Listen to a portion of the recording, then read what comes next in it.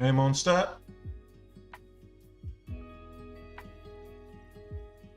Okay, so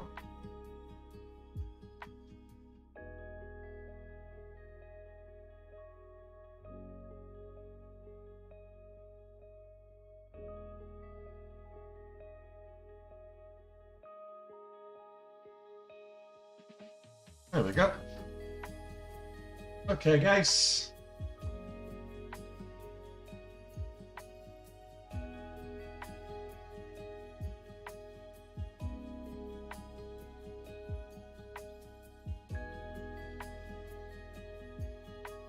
Oh, finally breaking out above that.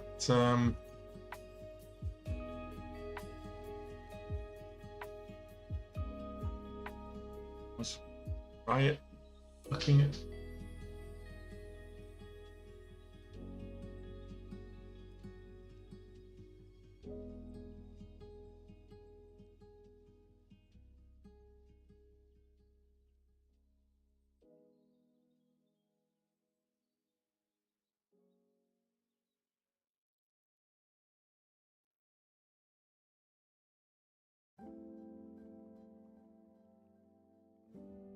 Oh, that's right at blockchain. Trying to test it. Just get going green now.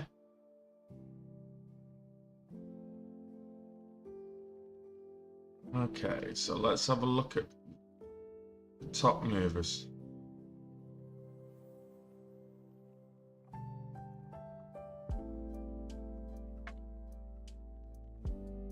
So, top movers, Gaia Technology, Direct Digital,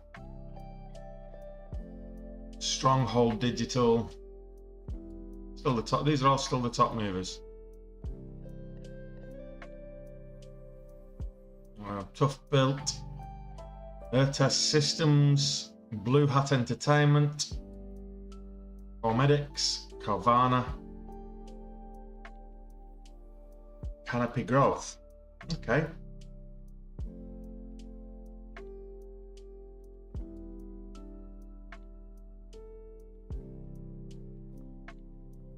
It's been a good day. Volatility's back. It's just not back early. The last couple of days, we've had to wait for later in the day before we get in any real movers. So, kind of lunchtime onwards is where we're getting a lot of the movement. Certainly from a bullish direction. The S&P500 is green again. On the 5-minute, you're getting a lovely double bottom. A move up. What does the... Yeah, same thing. Double bottom, move up. The Nasdaq's never even looked back. It launched out of the gates, came back to the green line, and then off you went. So the Russell Index.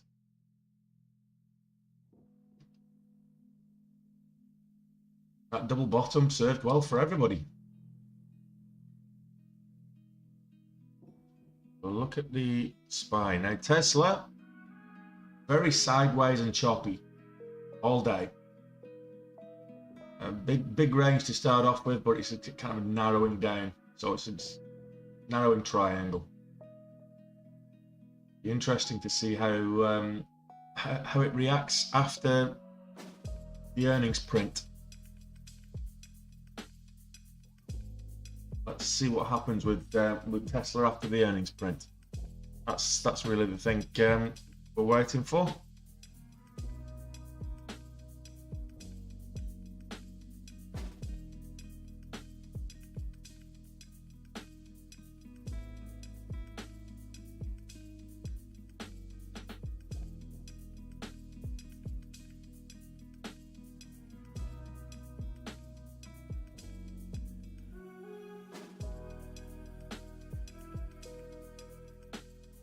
Okay.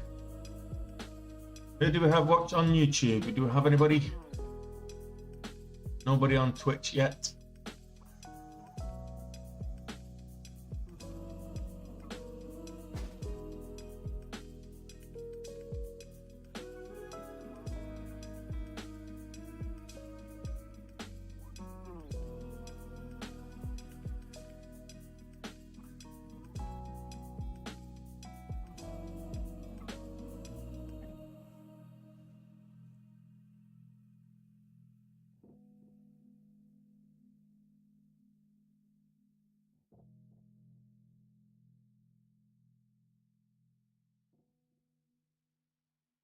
Do I trade Tesla? Occasionally. Occasionally. Before the stock split, I was trading it, and oh, it was actually after the stock split. But Tesla, I traded it on options last time. It's an expensive stock, so buy the options and get the leverage. It cost me about 12,000 for the options. I was up about 15,000 on it, and then expired worthless. So I lost 12 grand on the last time I traded Tesla on the options. So the higher cap stocks, the higher price stocks, I tend to trade them with options, and unless I'm investing in them, I'm not invested in Tesla. But unless I'm investing in them, I will trade them with options instead of the equities, instead of buying the shares. Which allows me to get more.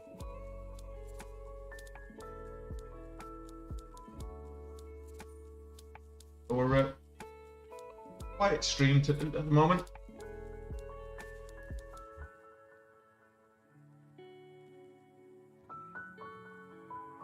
Just looking for any decent movers in the. I'll tell you what. I'll have a look at the scanners here. Look at the 15-minute. I'm using the beta scanner, so slightly different, which is real time, and. I missed that one. I missed the breakout. I drew this narrowing pennant. I missed the breakout. There we go. Got that breakout. Should have been paying attention. If I got that breakout, I could have made another 40 cents on that move. I've already made two. Look, I'm not going to get four more. I'm not going to kick myself for missing out. I've had a good day. I'm not going to. It's testing $6 though.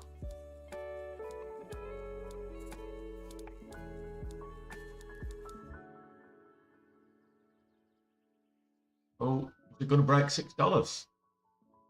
Current high of day is 617. This is Pagaya Technologies. Testing the whole dollar of 6. I missed my entry. That's okay. I don't think I'll trade anymore tonight. I think I'll lock my montage. I'm not giving back my 8K. There we go. Montage locks. No longer trading. Don't want to be giving anything back. So it's up at 610s. This is going back. This really is having a good go. On the 5-minute. So I drew this narrowing pennant, and then when it broke out, that would have been a good entry. 550. We got 70 cents on that. I'm kind of disappointed now that I wasn't paying attention. What are you going to do? This was extremely volatile first thing. A couple of halts.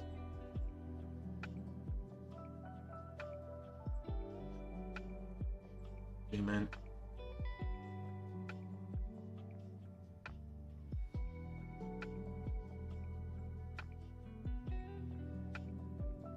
See the action here.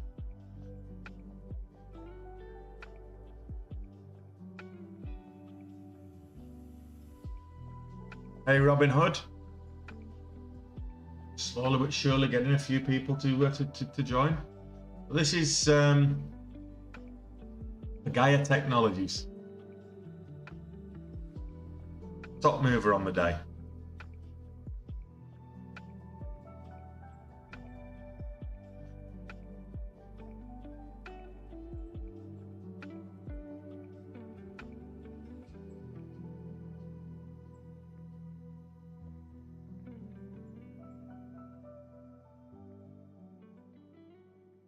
Just waiting for Benzinga to tell me what the catalyst was. I can't remember.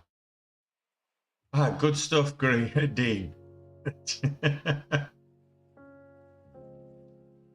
I should have had, 10. If everybody in the stream had given me 10 likes, I tapped the screen 10 times at the end, I'd have had twice as many likes by now. So you're doing good, Dean. The only one that's liking the stream at the moment. Oh, actually, no. Tita's liked it and Monsters liked it. So everybody just tap the screen 10 times. It just shows we've got an engaged, it's an engaged stream, and it encourages the algorithm to push it out to more people, that's all. Hey Matt, how are you getting on?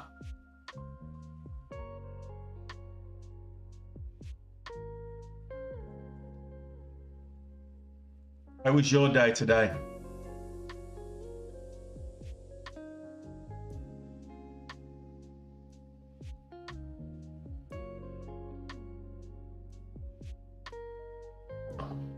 Not working.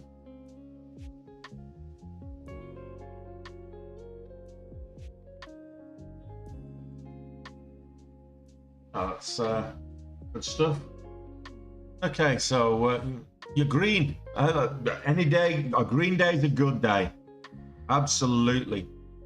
100%. So let's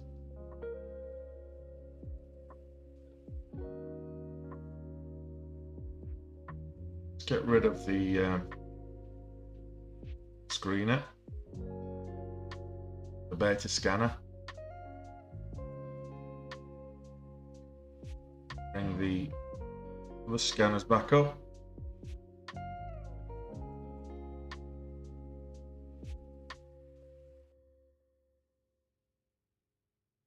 You just caught that run. I just missed it. So good stuff. I hope you had a stop in place. I hope you had a trailing stop in place because of this pullback here. That's 25 cent. Yeah, 25 cent pullback.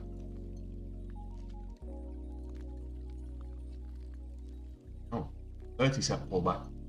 Down to 85 from 15 is 30 cents, isn't it?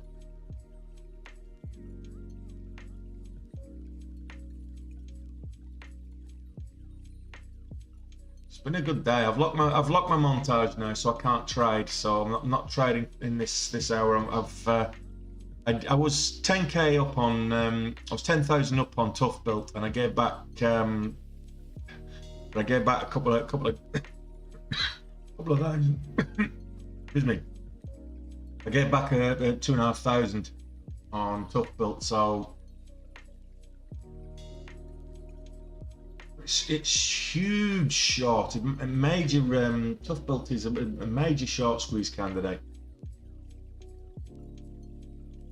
I look at the 132% short interest as a percentage of the float.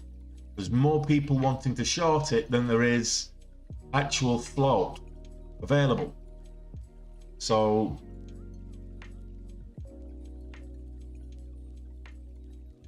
that's kind of scary. That's the kind of those kind of numbers are what set GameStop off last year. How do you lock the montage? You click the little No, I locked it. There's a little padlock, but basically you click the padlock, it turns the padlock red, and it basically means and it grays out all of the buttons on the montage, so you can't actually trade.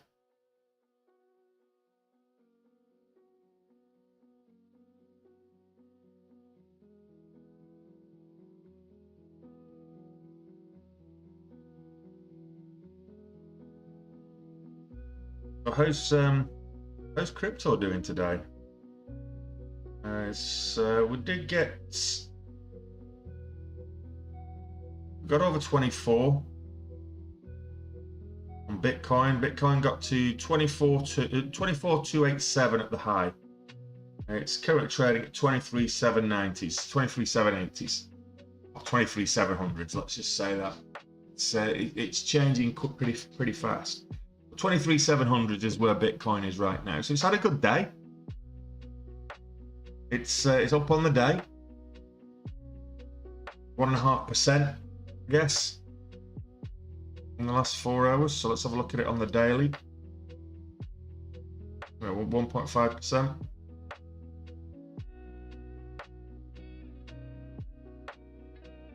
Ethereum's over 1500, 1559 right now. Over a percentage up. However, Cardano and XRP are down today, so slightly, ever so slightly.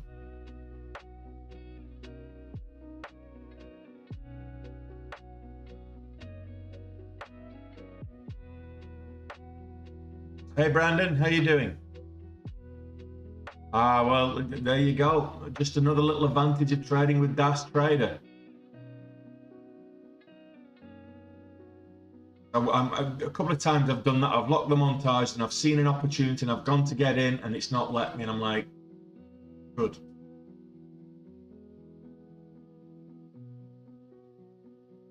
How's Brandon today?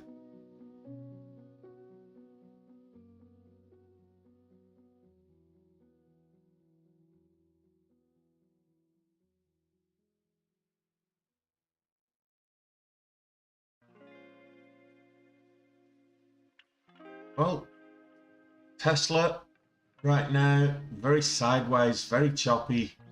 740s, 744 at the moment. Be interesting to see what happens with the Tesla. See if I can get that on actually live today. I think I can.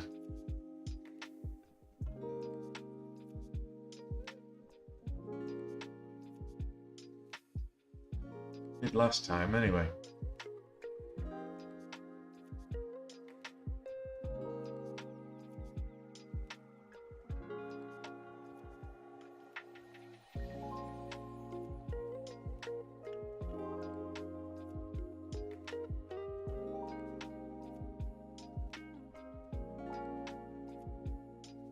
Yeah, so we can show the earnings call live on Tesla, I guess.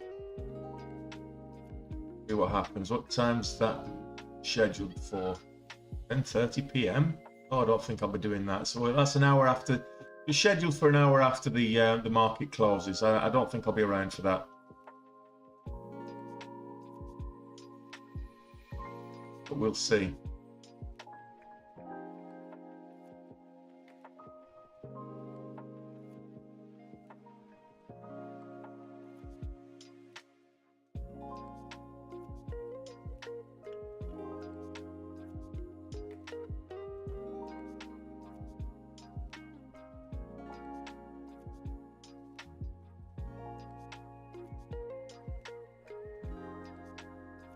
Okay, so I've not got the webcast there on this one.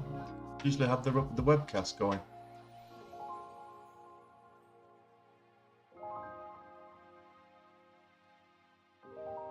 We'll see. Don't think I'm going to stick around till 10:30 at night. The Tesla earnings call, but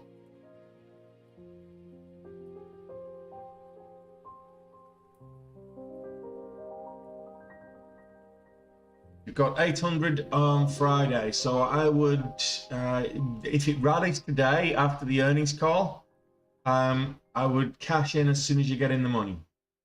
That's not a bad. It's not a bad bet.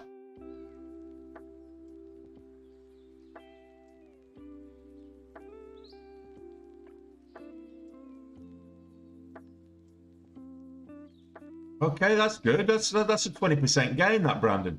That's really, really good. $100 on a $500 account.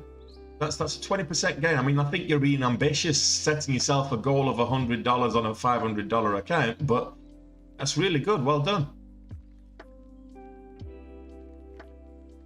Yeah, well, that's what you've got to do. Be patient, wait for the setup. So there's always a setup at some stage during the day, and if you get the right one, happy days.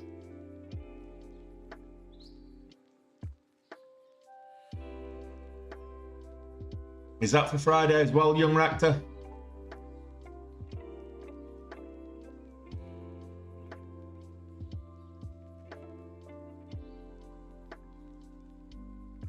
All right, okay. Yeah, that's the thing. So 10% gain would be ambitious, but it depends. Have you got margin on that account, Brandon? you've got margin, let's say, okay, good stuff.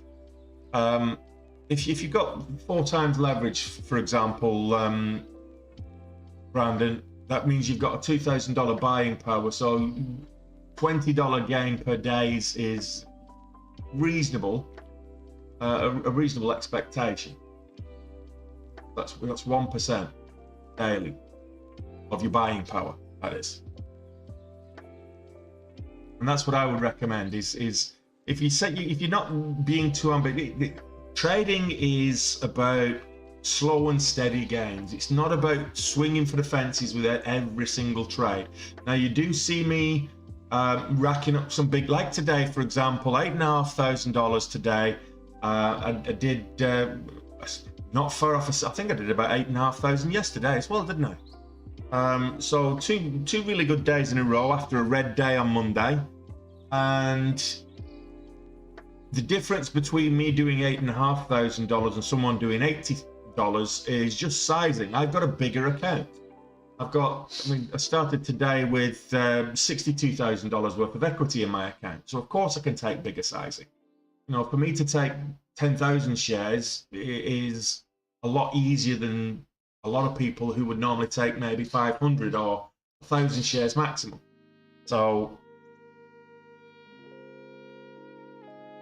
yeah, that's a bit of a pain in the hole with cash account is the T+2 settlement rule, and it's one of the advantages of having a margin account. So if you've got a margin account, not only do you get the leverage in terms of buying power, but you also get instant settlement. So you don't have to wait 2 days to trade that equity, which is good.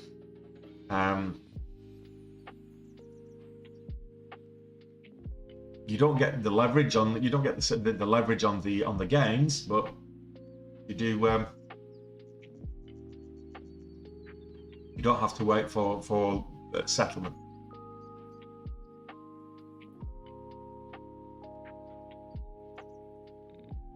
Well, it's up to you, Brandon, and this is the thing: is that where are you based, buddy? Are you in America? Are you subject to the PDT rule, the pattern day trading rule? Is that why you're using a cash account, or are you just not comfortable taking the leverage? If you're subject to the pattern day trading rule, there's other ways around that. I mean, obviously, trading in a cash account, you can trade as much as you like, but you have to wait for the settlement 2 days. Now, having 2 cash accounts, you can alternate, or you can trade half your equity today and half tomorrow. That's one way of doing it. Trade as much as you want within those equity confines, or you trade with an offshore broker, which is what I do anyway. I mean, I have over $25,000 worth of equity, and I'm not based in the US, so the PDT rule would never apply to me anyway. But I do trade with an offshore broker. I'm trading with Capital Markets Elite Group, who are an offshore broker, and they're not subject to the pattern day trading rule. The commissions are very reasonable, and so they're not the most expensive out there. But if you're trading in a commission-free broker, whilst you're not getting fast lightning speed executions, or you're not getting the best spreads, it's sometimes offset with because you can actually scalp micro moves if you've got a commission-free broker. So if it's moving up, you can get in, get out, and do that as often as you like, and it doesn't cost you extra. Whereas I have to be conscious of the fact that it's going to cost me $3 for every execution, plus any transaction charges.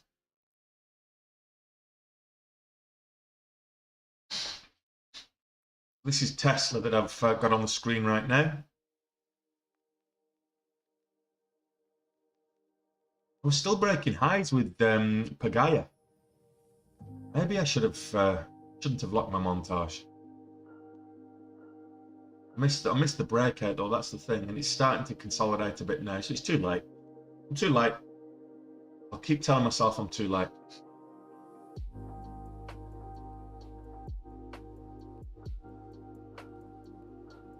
Tough Built Industries.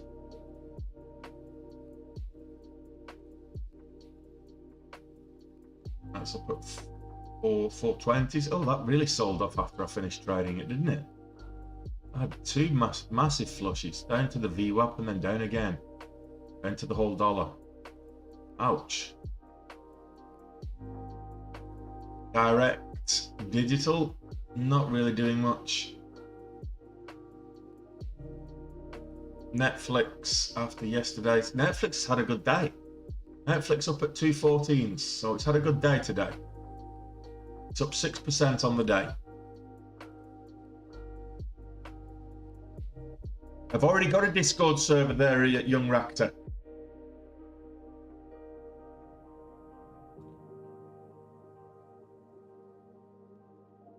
But by all means, send me the details. If you, I do already have a. It's unfortunately it's a private Discord. It's only for students of Day Trade with Tony.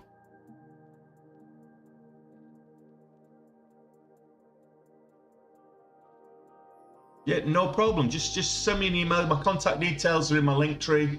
You can email me. You can DM me on my socials. All the contact details are in my link tree.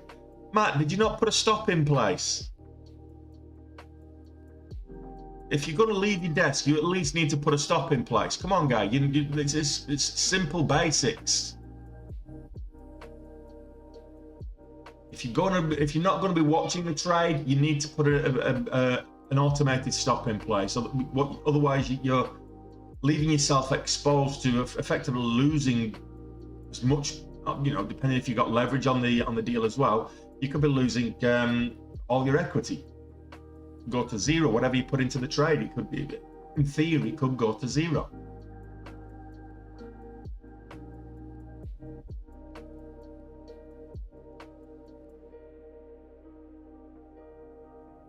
Is that on another pennant farming? I'm not so sure. I think we might have topped out here.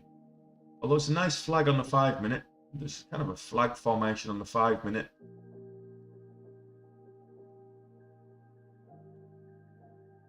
So it's just a 5 minute candle. It's a 5 minute candle.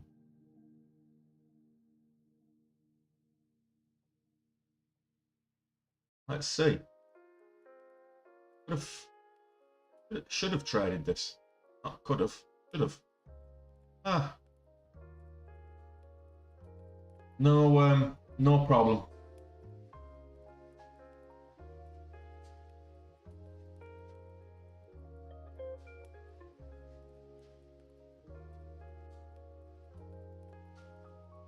Another pedant forming. I'm pretty sure you mean pennant, Matt, but pedant. The fact that you said pedant, I thought I'd have to be a little bit pedantic about it.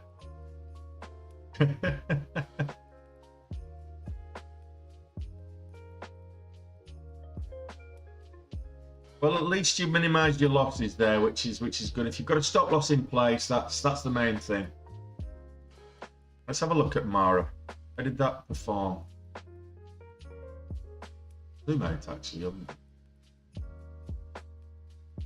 It's down on the day. What, 2.5% red on the day? Put it on the 15-minute chart. Yeah, so it had this little shoot out to the blocks, and then it's pretty much been selling all day. It's coming back a little bit now, but got rejected up at 14. What was it? 14.25, 14.20. But reached highs. I think I didn't trade that. I didn't trade Mara today, did I? No. Didn't trade Marathon Digital or Riot. No, I did trade Riot today. Traded Riot, but it's cheaper, less expensive. Well, good luck, Red Bud. I don't trade Forex personally. It's too much risk with Forex for my liking. The problem with Forex is, and why a lot of people trade Forex, even though they shouldn't, is the low barrier to entry. In terms of cost, you can start trading Forex with like $50, less than even. So there's a very low barrier to entry, and people get in it because of that low barrier to entry, and they have no strategy, they have no idea how to trade Forex, they have no idea how to trade the markets, they don't understand what they're actually doing. And as a result, 95% of people who, well, actually more than 95% of people who trade Forex lose money. Never profitable. And as a result of that, and the micro movements, having to take huge leverage, you know, and 200 times leverage is not for me. 120 times leverage, not for me. Too much risk as far as I'm concerned. So I try to manage my risk, and that's another reason why I don't trade Forex. But if you're a Forex trader and you're profitable, let me know, and be interested to hear what kind of strategies you have.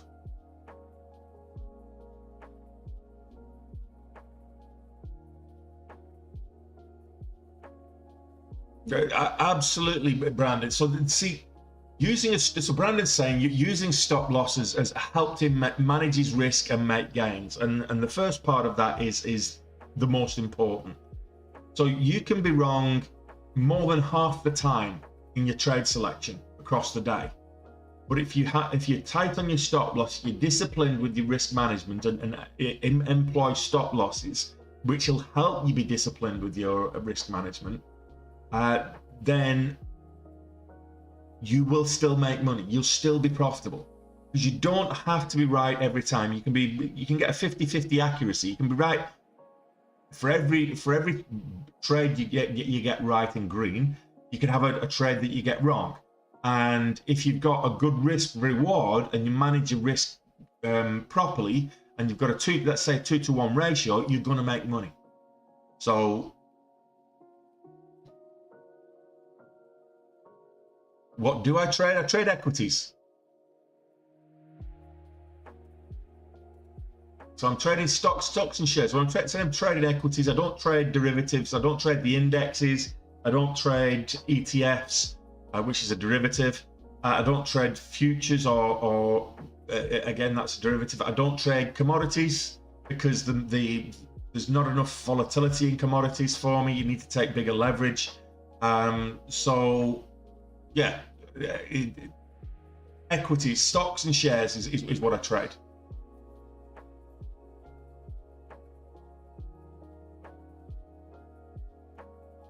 No, absolutely, that's the point. So if you lose 95% of your, if you lose 5%, so you say you've got $1,000 account, small value account, and you lose 5%, so you lose $50. Okay, you now have to make more than 95%, more than 5% to make that back up, because it's just the way things work. The more you trade, or and lose, the more you have to make up. So when you think about it, if you lose 20%, so let's say you've got $1,000 in your account, you lose 20%, so you're $200 down. You need to make $200 back and get back to 1,000. You've now got an $800 account, so you need to make 25%. You see the disparity there? This is another reason why the majority of people lose money, because they don't think of it that way in terms of protecting your equity rather than looking for the gains. If you lose 20%, you've got to make 25% just to break even.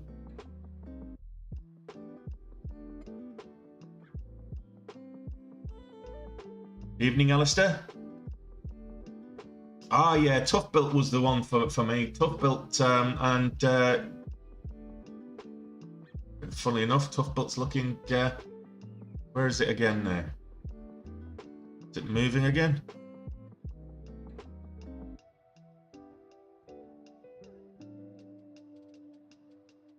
So we're looking. Yeah, it's moving back up again.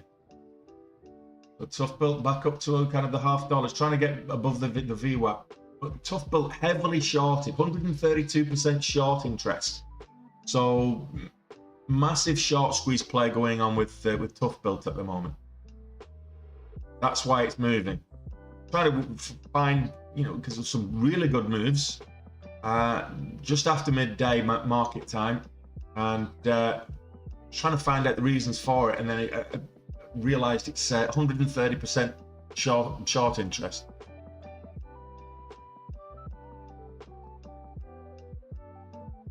Oh, absolutely, Brandon. Absolutely. Look, you risk what you're prepared to risk. If you've got no appetite for risk, day trading isn't for you. So you've got to be prepared to risk things in order to make the gains in the first place.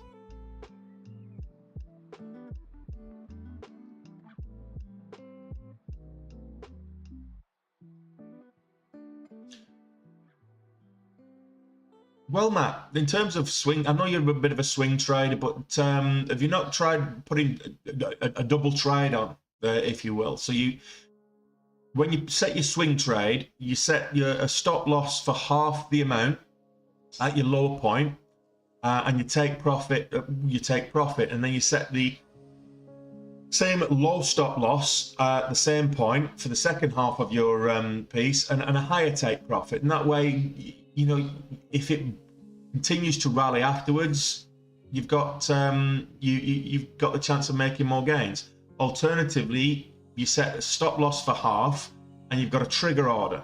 So you set a trigger order when that stop loss is hit. Put a range stop in place, and you've got the take profit up at the top. And when that's hit, it puts another stop loss for the second half. That's another way of doing it. It's you've got to have scripts in place for that, which you can do with something like a Dash Trader or a Sterling Trader or whatever.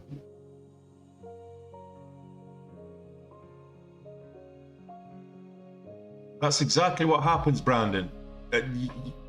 You start out, if you don't have somebody that's helping you along, if you don't have a mentor, or you don't have a strategy that's proven, a documented strategy that's proven, feeling your way in the dark is essentially, I lost a lot of money to start off with, and that was my tuition fee.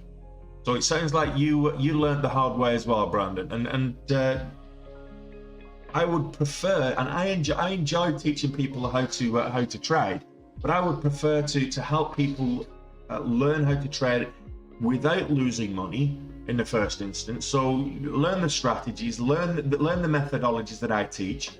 Then practice in the simulator, hone your craft, get the skills in place in terms of, work on that muscle memory for discipline on putting your losses, letting your winners run, and then when you put real money on the line, the emotions will come in a little bit more there. But if you've got the muscle memory down pat, it's not likely to be as big of a problem.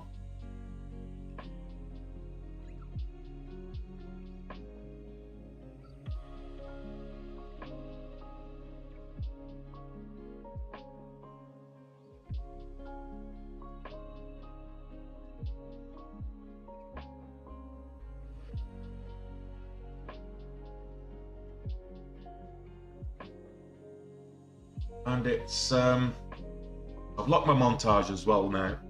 I gave back 2,500 on Tough Built. I got flushed. I got in a flush from $5 and I lost 2,500 on it at $5. So at that stage I thought no, and it flushed again afterwards. So it's kind of scary movements. There is a little bit of this is a bit of a double bottom. So it could move back up. We'll see. Yeah, I'm done for the day. I gave back 2,500 off the top, so I'm kind of done for the day. There's an argument for a cup and handle there as well. There's the cup, there's the handle, so that's also bullish. So Tough Built looks like it's going to move up. Got a couple of different patterns. You double bottom here, but it's also a cup and handle to move up. This is going to break 450 easily, I think.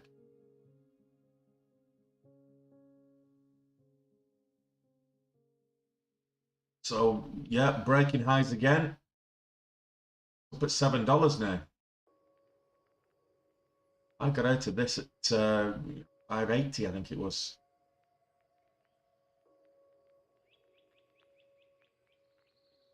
Testing 6. No problem at all, Brandon. Well, I think there's going to be a few continuations. The thing is with Tough Built is it's extremely heavily shorted. 132% short interest on the float, which those kind of numbers. I think it was about 128% when when GameStop squeezed last year. GameStop went absolutely mental last year. So if this squeezes to similar proportions, you potentially could see there's like 52% off exchange short volume as well. So that's Tough Built. I mean, it's where are we? Tough Built is currently at 440s, but if it really squeezes, this could go up to like $20.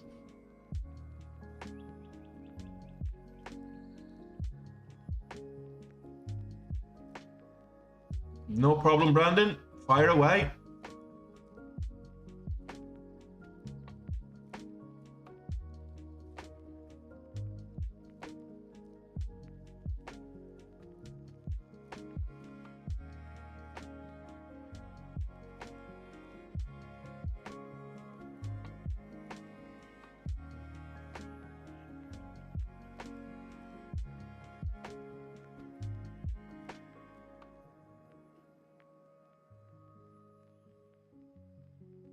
I looked at Workhorse. I just wasn't feeling it.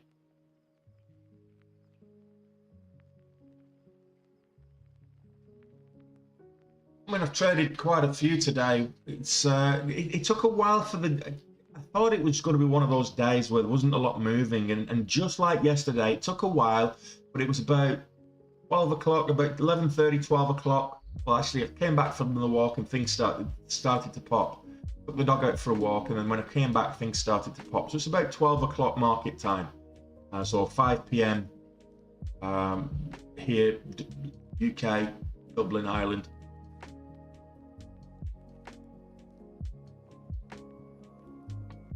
Why do certain stocks or tickers get shorted?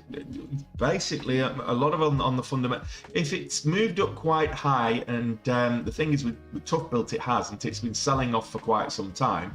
So the fact that it moves up, people are thinking it's going to continue selling off. They're taking a short position, or they're in it short. So they might have been in it from early June at $6, in it short, and they're adding to the position, heavily shorting it, and continuing to ride it down because it went down to $1 and change. And when it starts to pop back up again, they're losing the gain, so they try and short it, average down again. Greed is basically. What was the tablet catalyst? It's a short squeeze. It's 132% short interest. It's a short squeeze.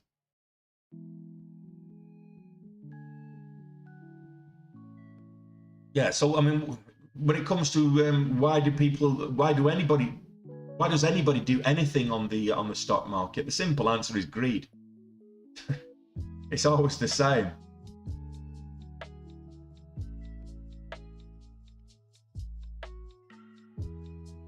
Yeah. Oh my goodness, it's up at $8. I didn't even. It went from $7 to $8 while I was talking about Tough Built. And I had this. I drew this pennant here. This as it broke out this trend line. Look at it on the 5 minute. So I drew this here. As it broke out, I wasn't paying attention. If I'd been paying attention, I could have caught that at like 560, or even at $6 for this pullback. I'm kicking myself now.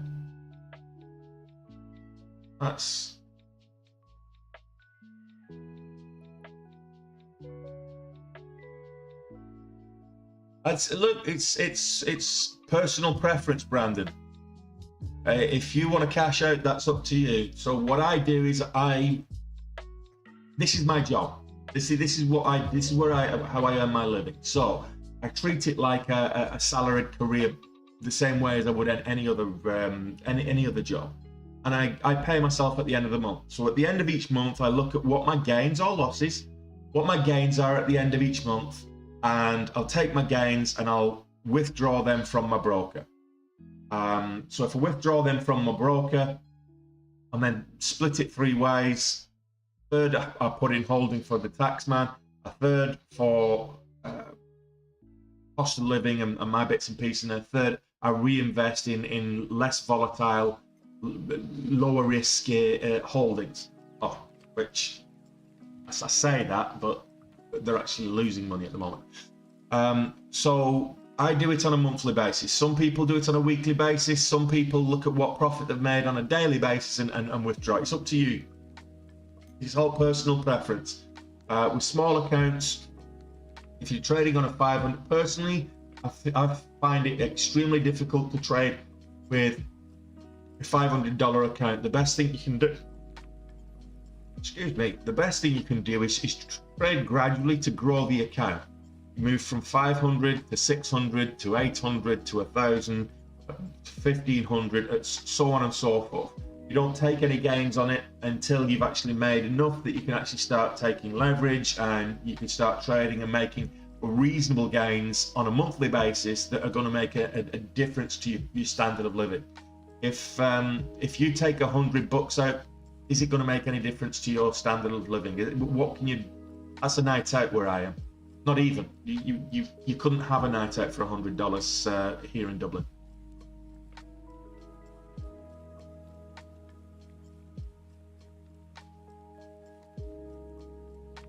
The fact that you're not using leverage, if you were using leverage, that $100 would be, you get the compounding effect of that leverage on the $100 as well. So always wait. Always wait. You always get a pullback. Now you don't have to get a red candle.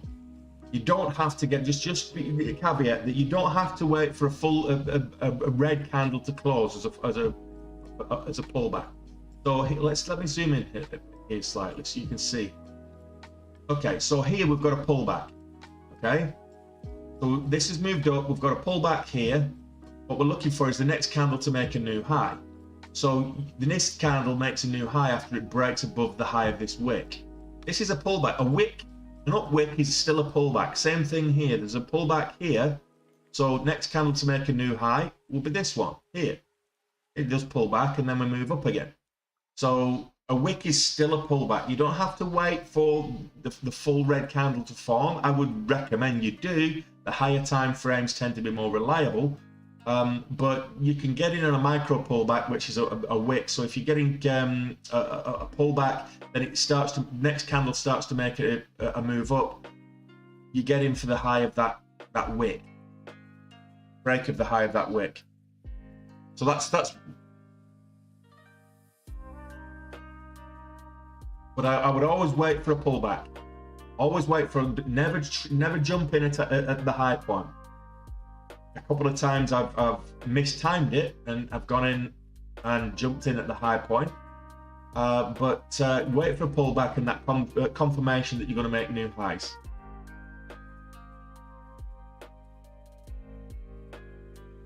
Ideally, what the red does is it means that you're not at the highs.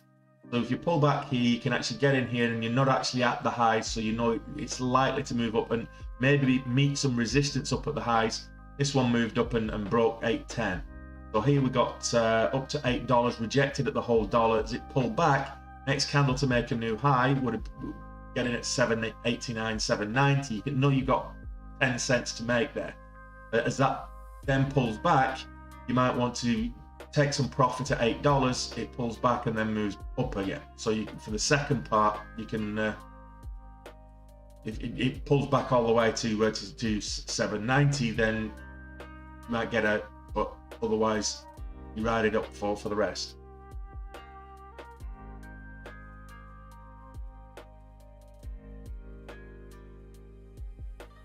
$20 minutes. 10 minutes now.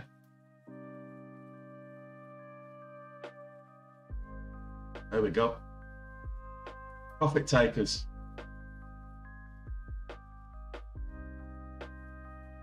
Gaia Tech's now getting profit takers.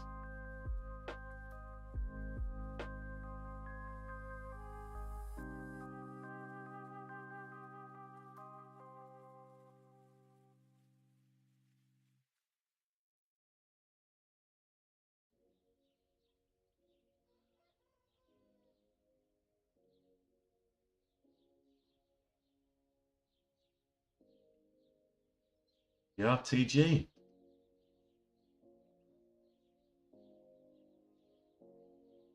That didn't gain. There's no volume there.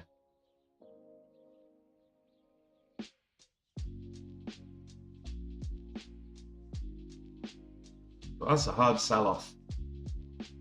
But if you using the strategy that I would use, you would have got out here at 770. You might have still been in there trying to ride that up, but you would have got out at 770. It broke new lows here. You wouldn't have got caught in this flush here. So that's a hard flush. It's from 810 all the way down to 650s. Ouch. It's not finished yet. All those gains.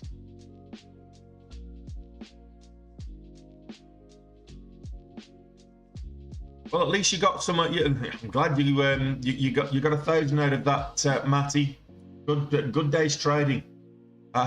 You got 1,000 out of that move, but where do you finish on the day, mate?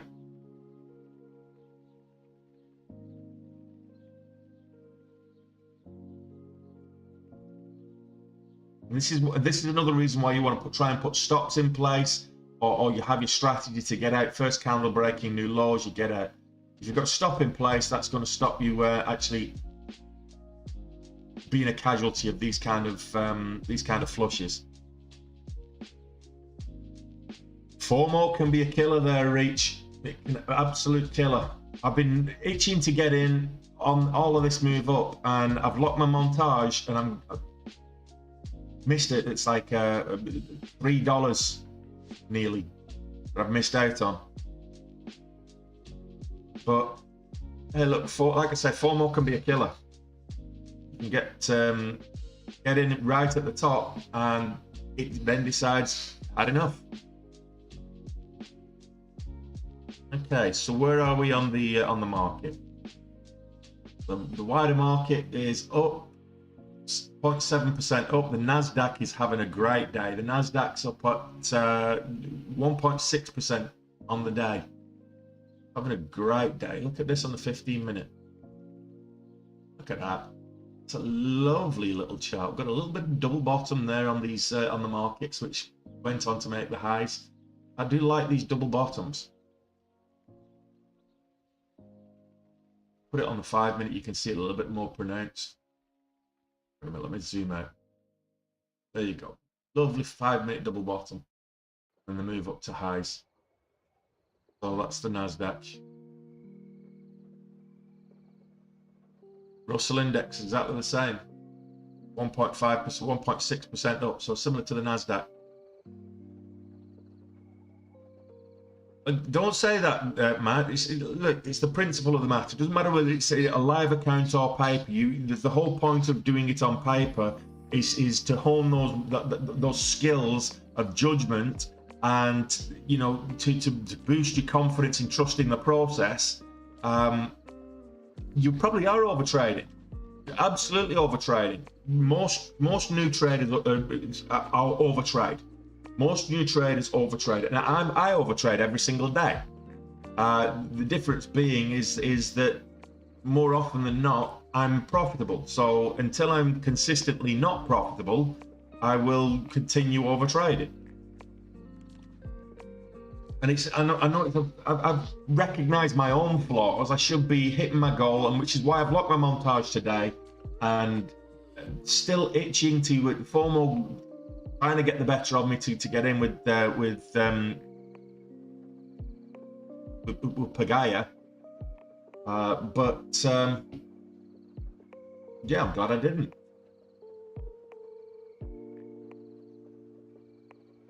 Didn't give any my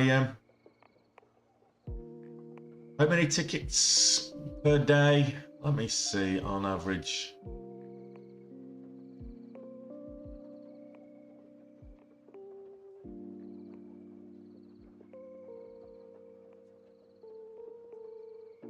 Anywhere between kind of 50 and 100, I would say, on average. Executions, sometimes 300, it could be as much as 300 in some days. Last Friday I did $6,000 in profit on 82 executions, so that's and just remember, if at 82 executions, every one of those executions, every one of those tickets cost me $3. So the more I trade, the more it costs me.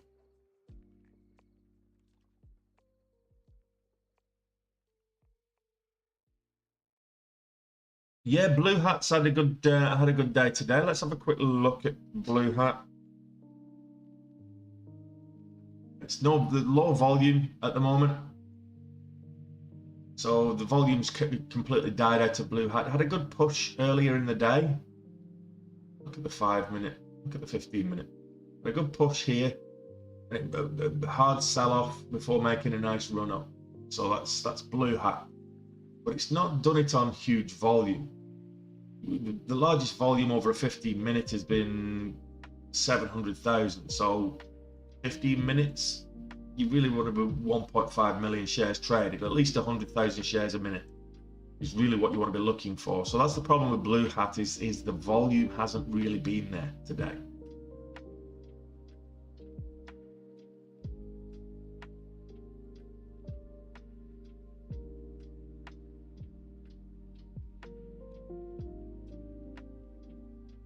Peloton moved today.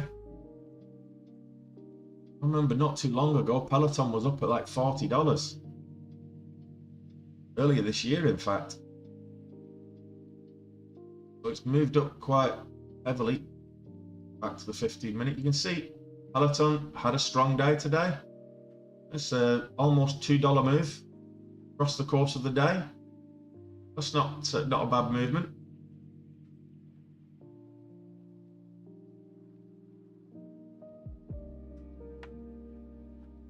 You can see here, most of these volume candles are over 100,000 on Peloton.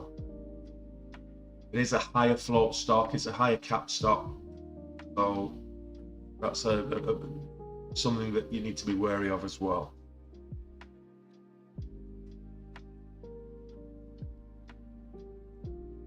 Okay, so we've got 45 seconds to the close.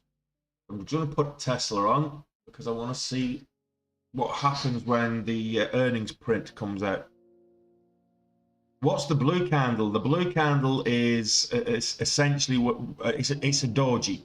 So where the price action is, there's no gain or loss. It opens and closes it on the same price.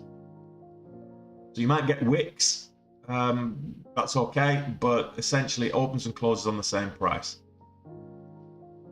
That's the blue candles.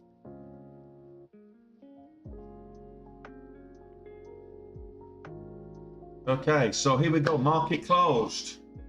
Let's have a look. Will we get an absolute pump from Tesla? Or will we get an absolute dump from Tesla? The earnings print will be coming out right now. Let's have a look.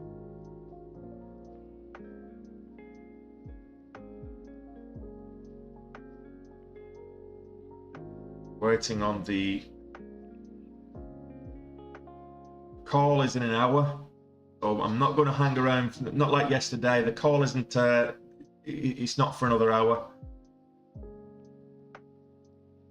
Oh, Mattel shares are trading higher after the company announced an agreement with SpaceX to produce toys and collectibles. Who wants to buy a little action figure of Jeff Bezos? Don't know anybody. Well, enjoy the wine. There's no such thing as too much food and wine, Alistair. Especially in Spain. That's why you go to Spain. Lovely, the great seafood. Enjoy the rest of your evening, buddy.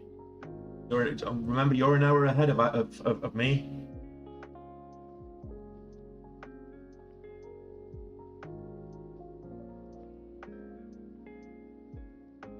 So I'm waiting for the Tesla earnings print. Not come out yet. Might only come out when the might only release it in an hour when the call happens. So I'll keep an eye on that. What I'll do is I'll end the stream. Another good day today. So if you were green today, well done. And if you were red today, commiserations. Back at it tomorrow. You make it back, and we do it all again. So tomorrow, 90 minutes before the market opens. So that's 8 a.m. market time, which is 1 p.m. here in Dublin or in the UK. It'll be 2 p.m. on the continent where Alistair is. And we do it all again tomorrow. Hopefully another good green day tomorrow. In the meantime, enjoy the rest of your evenings, guys. Take it easy.